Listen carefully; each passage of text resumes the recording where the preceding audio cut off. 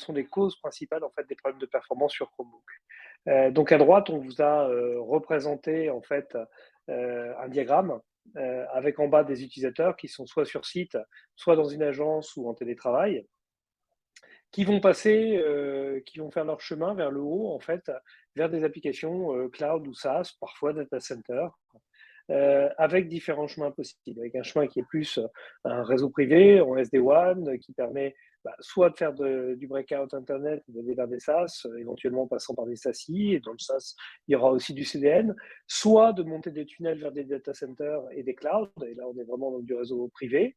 Et puis pour la partie télétravail, on verra des gens qui passeront soit par des VPN, soit par des solutions de type proxy cloud, Zero Trust Network ou SSE, selon la manière dont on préfère les nommer.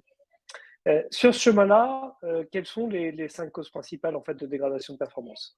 Alors, première chose, c'est l'appareil lui-même. En effet, comme tout dispositif utilisateur, on peut imaginer qu'un device manque de ressources, on peut imaginer que le navigateur lui-même ait un problème, on peut imaginer qu'il y ait des ajouts d'extensions dans le navigateur qui posent problème à certaines applications. Ça, c'est une cause.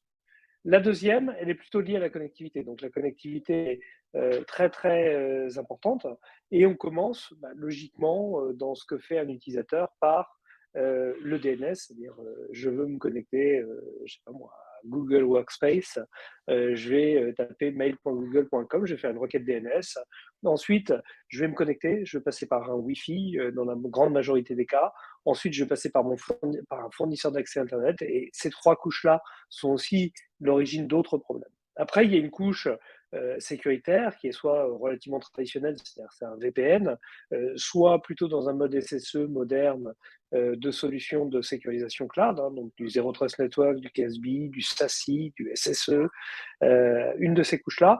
Et elle aussi réserve un certain nombre d'imprévus potentiels en termes de performance parce que son processing peut être moins efficace que d'habitude, parce qu'elle peut nous renvoyer vers un endroit qui est inadapté, parce que elle peut aussi tout simplement avoir une défaillance propre à son système.